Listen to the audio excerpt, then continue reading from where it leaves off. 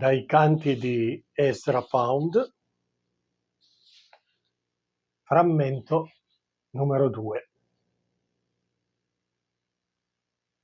Sole al suo sonno, ombre sopra l'oceano.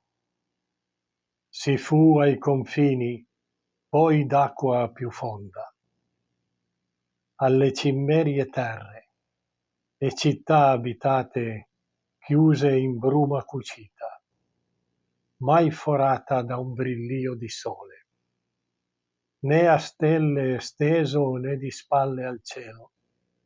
Notte più atra era stesa sui tristi.